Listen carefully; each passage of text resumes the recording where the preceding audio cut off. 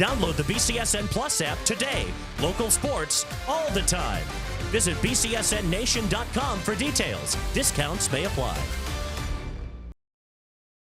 September is Pediatric Cancer Awareness Month. It's a month dedicated to promoting research and raising awareness for children battling cancer. And for one Maumee football player, this month is used to reflect on the cancer battle he fought and won 15 years ago.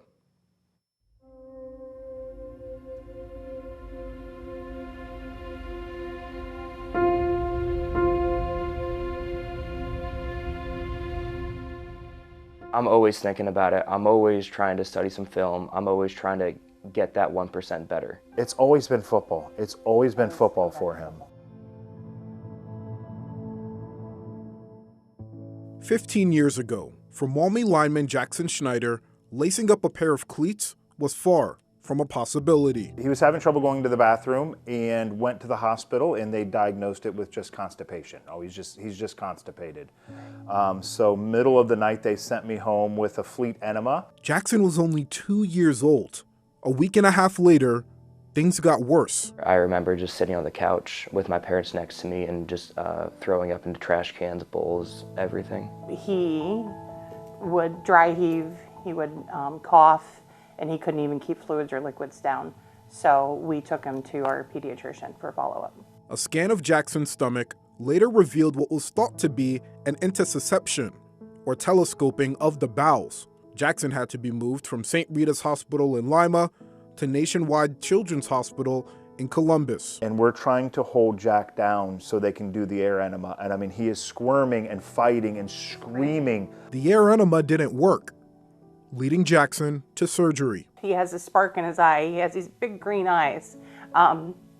He's really strong, and he was lifeless and limp because he'd given up. Sorry. Surgery revealed a golf ball-sized mass in Jackson's intestines. The previous diagnosis of an intussusception was incorrect. We got the diagnosis of it was some type of non-Hodgkin's lymphoma. It was the worst moment of my life. Jackson had cancer. And the first thing the oncologist said to me, Dr. Martin, she had said, "I asked that you don't Google this. You might lose him and he might die because of the treatment."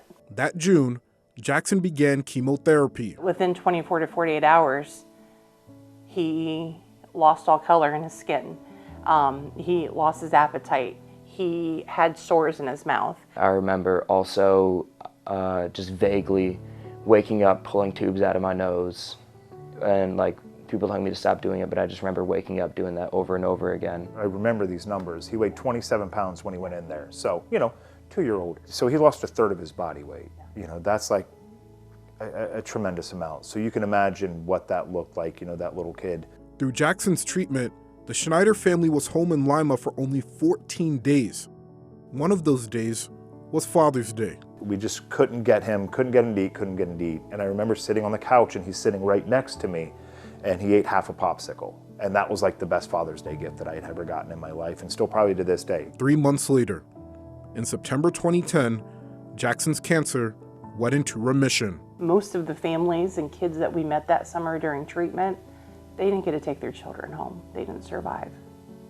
Jack is one of the very few who did. Jackson still had routine checkups after finishing chemo. His family moved to Kentucky, where Jackson began his football journey. Jack found something in football. Yeah. He found something in football that really spoke to him. As Jackson grew older, he started to understand what he'd been through.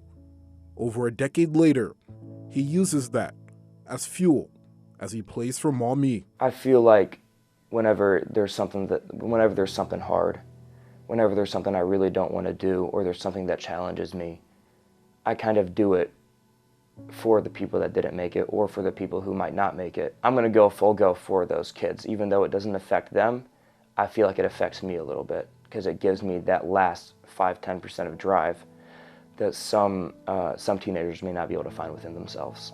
Schneider has multiple offers to play college football.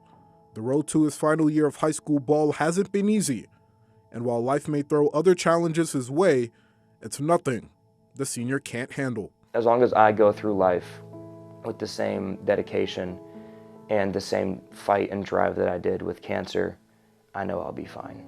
In Maumee, I'm Yao Bonsu, BCSN.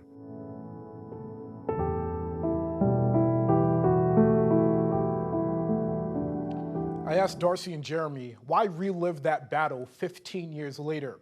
They told me it's to raise awareness and because Jackson has a voice and a story that can capture the hearts of other people. And boy, were they right.